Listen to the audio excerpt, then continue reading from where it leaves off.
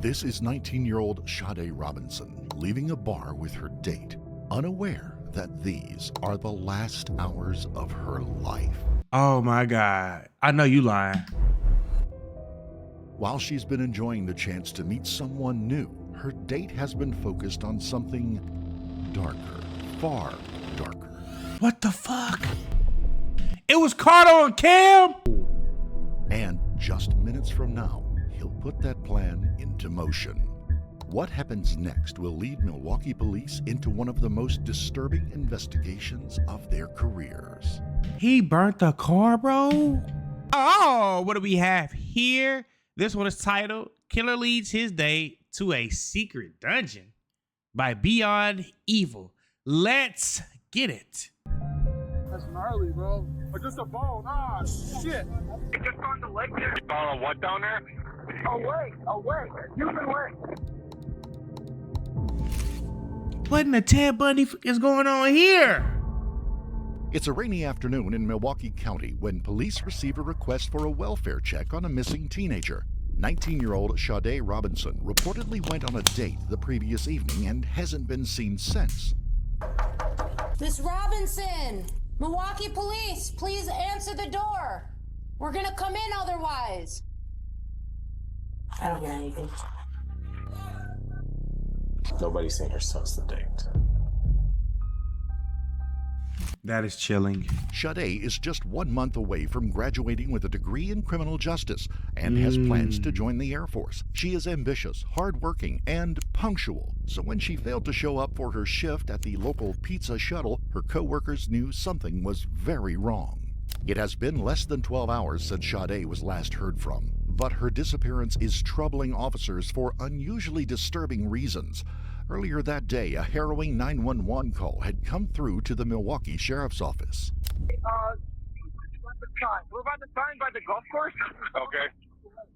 What's going on there? No, we just on the lake there. We on the lake. What the fuck? Down by the lake on the clay. You found a what down there? A lake, human lake. The call has come from a remote stretch of beach on the Lake Michigan shoreline, right below a rocky area of woodland called Warnemont Park. As officers arrive, they find a man waiting at the scene who tells the officers he was walking with a friend when something caught his eye halfway up the bluff. They walked down the S-curve from Sheridan. What the fuck is y'all walking down there from? Walking south just for fun, rough day on the beach. As they were walking, that flag, see that leg right there? Yeah. So Oh! Approximately where the end of that stick, that branches. The bushes right there. Bushes, so that they saw it up So there. it's like up on the hill, kind of? Yeah. Okay. So it was about, I don't know, maybe 7 feet. 7 feet east on the rock. I moved it just for evidence purposes. All right, hang on, Evan. We'll talk to you some more, okay?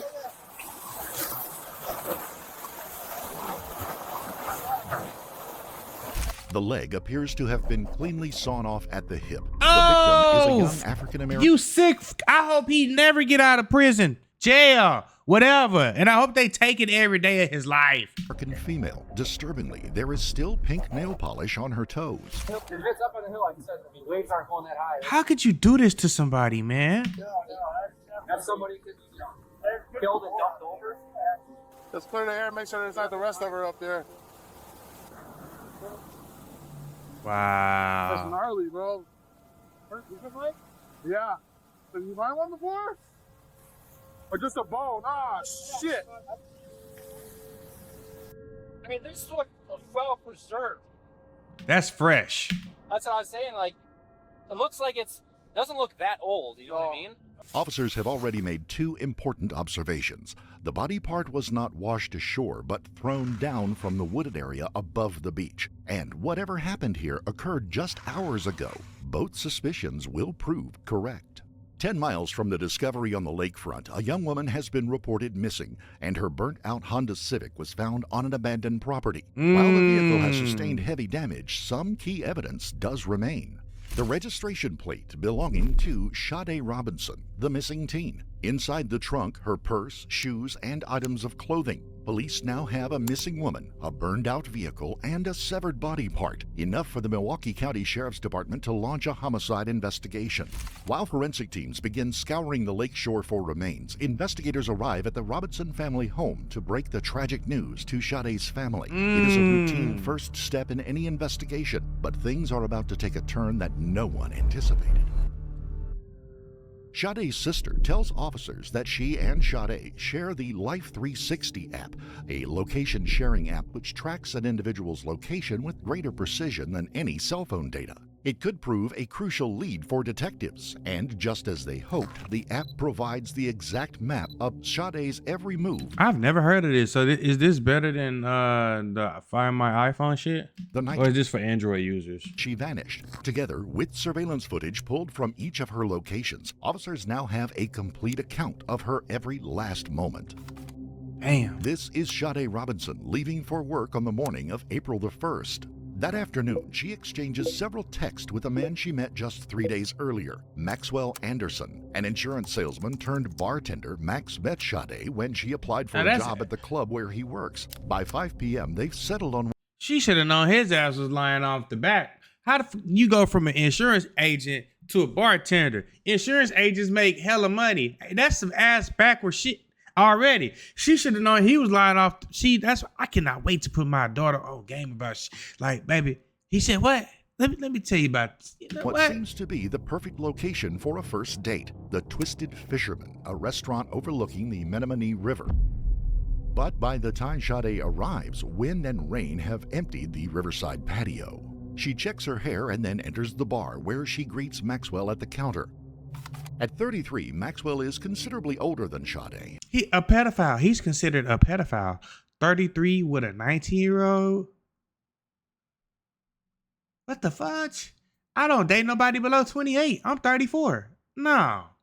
That's pedophile vibes. And he's made no secret of his interest in her. As investigators review the footage, several unsettling details catch their attention. Max seems distant, rarely looking at Sade or engaging with her directly. It could be nerves or something more concerning. Still, by the time they leave, the date seems to be going smoothly enough for them to continue on to a nearby sports bar. CCTV footage captures them walking toward Duke's on Water. Why is you going back and forth in a bar with a teenager, bro? You 33 years old. They order drinks and play beer pong with another couple, two people just like them, enjoying their Friday night. Sade, at least, seems to be having a good time, but that, of course, is because she has no idea who Maxwell really is.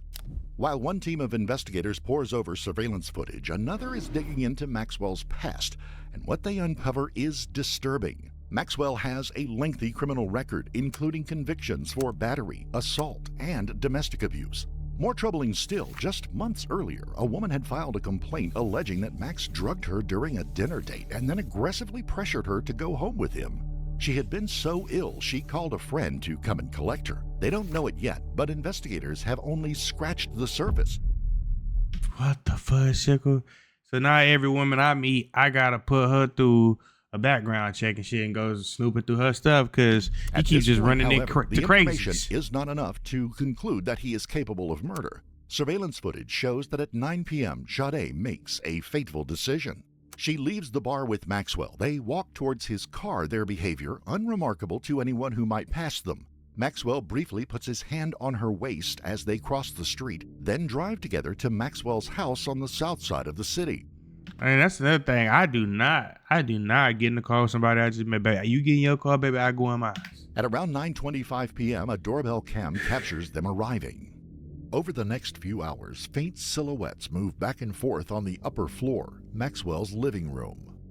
The movement continues for several hours, during which time officers can only hope the date is panning positively, a hope far removed from the gruesome truth they'll learn just hours from now.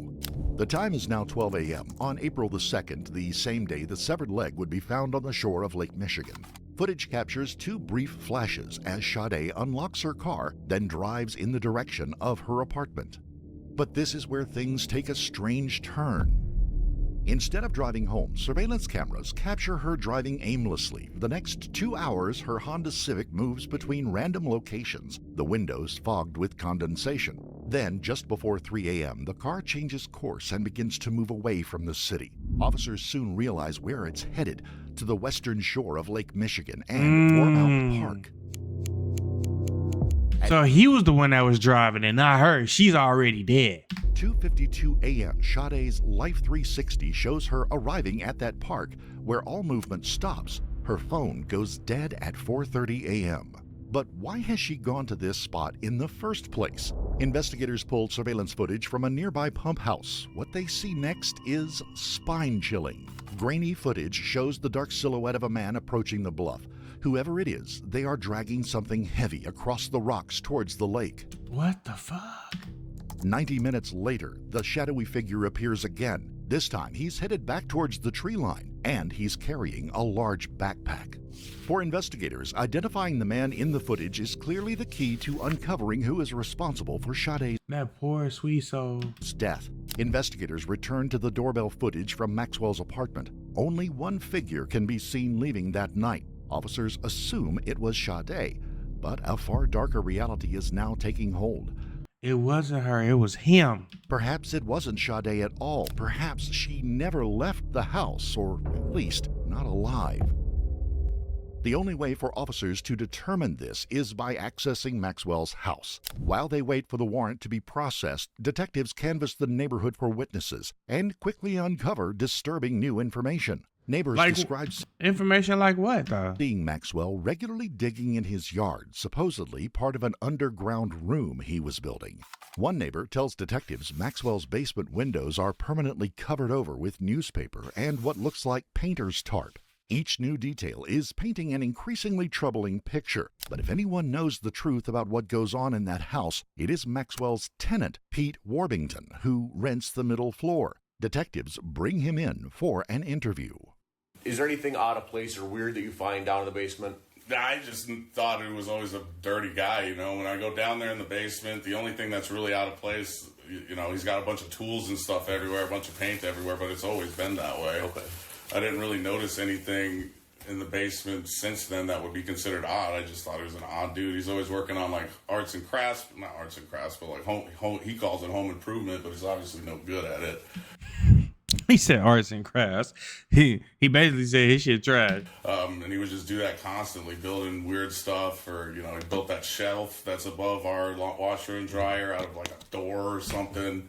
And so he was always constantly doing like arts and crafts and stuff. And, you know, in the basement, as far as the basement goes, that's just how it's always looked. Okay. So I never thought anything of it. It's his house, you know? Yeah. Like, what do you mean, like an odd person? Like, what character? Like you said, just like the woodworking. Yeah, kind of just stuff? the woodworking, and like he'd be building all this stuff, and he was constantly hammering. Like in his attic, I know that he did some work up there, and that was one of my biggest grievances with him. And it's like, I don't want to work all day and then come home and hear you beating on stuff.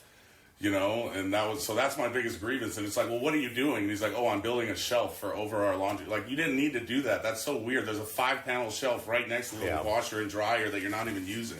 Yeah, what's the big old hole? He says he was gonna turn that into a shed with like a basement. And they said like when it gets cold in the winter, that's where I was gonna keep my dogs. And I'm like, this is the dumbest idea I've ever heard in my life. You don't like, you know, and he did do the fence around, and I appreciate that. Having a dog, you know, I like a fenced-in yard, and he did good with that. And I think that just kind of amped his head up to do all this other stuff, and he's got all these ideas and stuff. Where is his job at? What does he do for a living?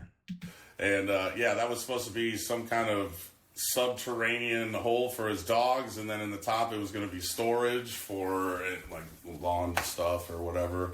That was his idea. And then there's another hole going like back to the garage. He said he was going to do an outdoor bar there. The guy's just weird, man. He had all these weird ideas that you just, as a normal person, you look at that and you're like, that's never going to work. You know what I mean? It's not much to go on, but the very next day, a woman will step forward with information that will place Maxwell squarely as the detective's prime suspect. Why is that? There's just one thing that I thought was really odd. Oh, shit. So on Instagram, March 28th, he sent me this video. Maxwell's ex-girlfriend shows police a video he had sent her on Instagram. It's CCTV footage of a suitcase containing the dismembered body of a young woman killed hours earlier by her Tinder date. Yeah, I'd agree with you. That's pretty fucking weird. What did you say to it? He said, please be careful out there. Because he was upset I was dating other people. And I said, that's fucked. And I didn't want to talk about it. He's like, yeah, sad. I'll leave you alone now, starting now. Because I didn't want to talk to him. Meanwhile, another friend tells the police that just a month before meeting Sade, he saw Maxwell's basement covered from floor to ceiling in plastic, with saws and knives scattered around. Maxwell told them he planned Oh yeah, he been planning this shit. He was planning this shit from the get-go. to kill and dismember someone there, but the friend had dismissed it as another one of his strange antics. For officers, however, this One of my friends telling me that shit, I'm telling the police and we ain't never talking again. is all sounding far more sinister. On April the 12th, 2 days after Sade's disappearance, a team of officers arrive at Maxwell's house with a search warrant, while another unit tracks his movements. But as soon as they begin tailing him, he turns and starts heading home. With few other options, officers intercept him 2 blocks from his house under the pretense of a traffic violation, and they arrest him. 32 headed southbound Hampton. He's about to go home and dispose of the evidence, that's why. On 45 southbound Hampton on for Apollo return for highway versus Chicago. Any weapons on you, sir? No. Head on, stop. What's going on? Yeah, somebody just radio it.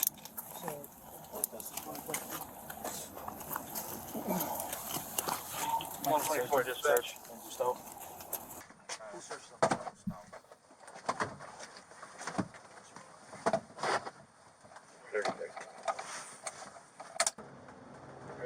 32, are you on the scene?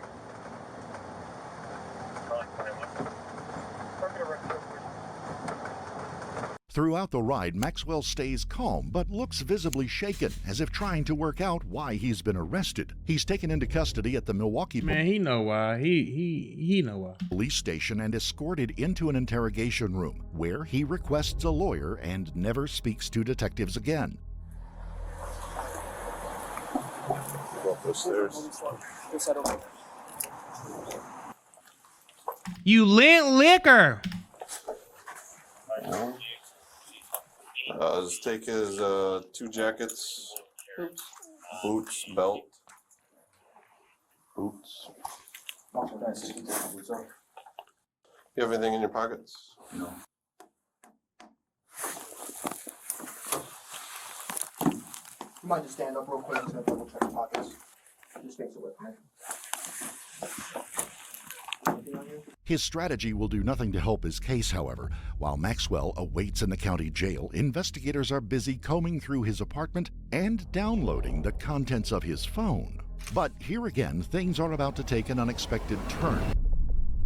Another Detectives turn? How many turns we gonna take in this motherfucker? searching the apartment are stunned to find no evidence of a crime scene, but all the appearances of one. In fact, this will be one of the most disturbing residences these veteran officers will ever encounter. Bladed weapons are in every room. Machetes, axes, knives, 51 blades in the kitchen alone. Blood spatters are visible on the walls, bedding, and flooring.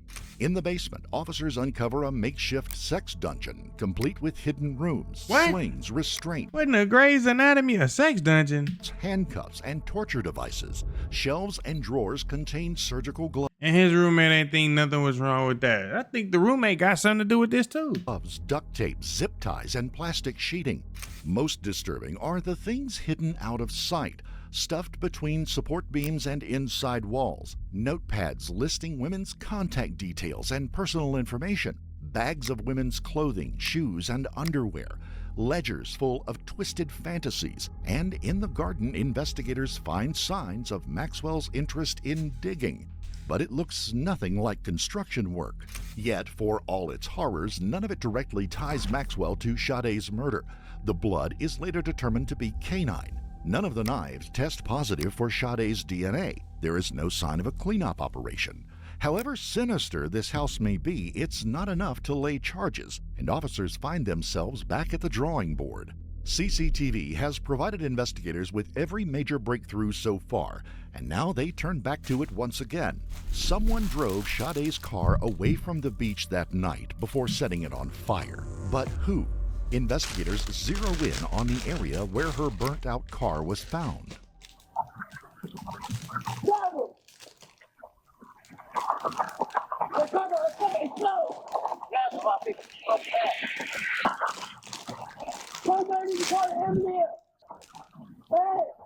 The ambulance.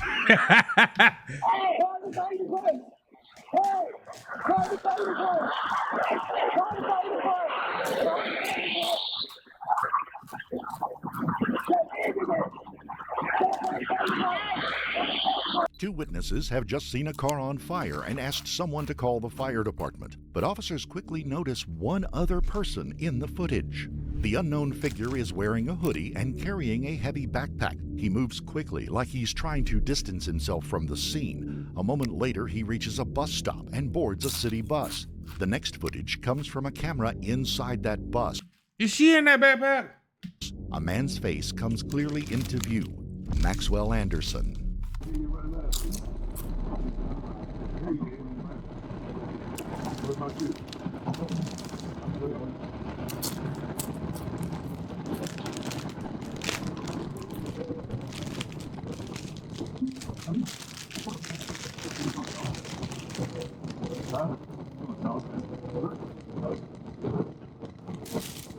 Subway, eat fresh. It is powerful circumstantial evidence, but without a crime scene or DNA evidence and still nothing connecting him to her death, not enough. There is, however, one last piece of evidence that investigators have yet to examine, and it's about to provide detectives with the proof they need. When forensic technicians download the contents of Maxwell's phone, they discover dozens of images taken shortly after midnight on April the 2nd. Images of Sade that he had taken and deleted. At 12:04 a.m., Maxwell takes the first photo of the woman. She is lying face down on his couch, incapacitated, an arm over her face. In images that follow, she is in various states of undress. A white male's hands can be seen groping her. As he is taking photos, Maxwell has turned on an episode of the series Love, Death, and Robots. It features a dismembered corpse on a beach. Detectives have just one last thing to do. On April the 4th, lock his freaky ass up. Maxwell Anderson is charged with first-degree intentional homicide, mutilation of a corpse, and arson. In the days leading up to his trial, human remains continue to wash up along the shores around Milwaukee. Milwaukee County 911, this is Brian. What is the location of your emergency? Hi, this is Oak Creek. I have a caller on the line. She is going to be on the beach. If you and advise that she is out with a deceased body or body parts. Okay. It looks like the back and the butt and an arm. What? A foot is found not far from the burned-out Honda Civic. Nearly a month later, an arm washes up on a beach in Waukegan, Illinois. All the remains have since been identified as belonging to Sade Robinson. During his trial, prosecutors argue that Maxwell's fast and confident actions that night suggested extensive planning. The evidence on his phone suggests Sade Robinson was drugged at his home before he killed her and drove away in her vehicle. The lack of any blood evidence in her car suggests that she was dismembered on the beach during the 90-minute window in which Maxwell was out of view of any cameras. He has not been connected to any further homicides. On June the 6th, 2025, a jury found Maxwell Anderson guilty on all counts. Hell yeah! He was sentenced to life in prison. To this I wish it was natural life. day, he protests his innocence. I would like to start by saying, boy, fuck you. Yeah, we ain't finna listen to that. We is not finna listen to that at all. Thank you, guys. You know what? Let's see what you guys say. From the bottom of my heart, my deepest and most sincere condolences go out to Sade's family, as well as everyone else affected by this tragedy. That being said, Your Honor, I took this to trial without ever once trying to make a plea deal of any kind, because I did not commit these crimes. And so I plan to appeal my convictions while I hope and pray that further investigations not only prove my innocence, but find and deliver true justice. In September of 2024, a mural of Sade Robinson was painted near the entrance of the Pizza Shuttle, where she once worked. People grabbing a slice at Pizza Shuttle on the east side will notice something new. A mural of 19-year-old Sade Robinson, a face that regulars would recognize. Wanted better for herself, she wanted better for me, and she was looking to join the Air Force, so she had been meeting with recruiters. That's how much she wanted to do everything that she dreamed of doing. Seeing her live her life as such a hard worker who never let anything stop her, I knew that she would want me to do that after I lost her, that she would want me to keep living. Dang, man. And so I'm gonna remember her by following in her footsteps and fill the hole that she left, although I know I can never live up to anywhere near her shoes. We would like to extend our most sincere condolences to the friends and family of Sade Robinson. Thank you. Thank you guys for tuning in. Shout out to all my supporters. I love you. If you haven't already, make sure you hit that subscribe button. Make sure you hit that notification bell so you can stay up to date with all my latest content. Also, don't forget to hit that like, share, and comment button as well. As always, it's been a pleasure. But that's it, baby.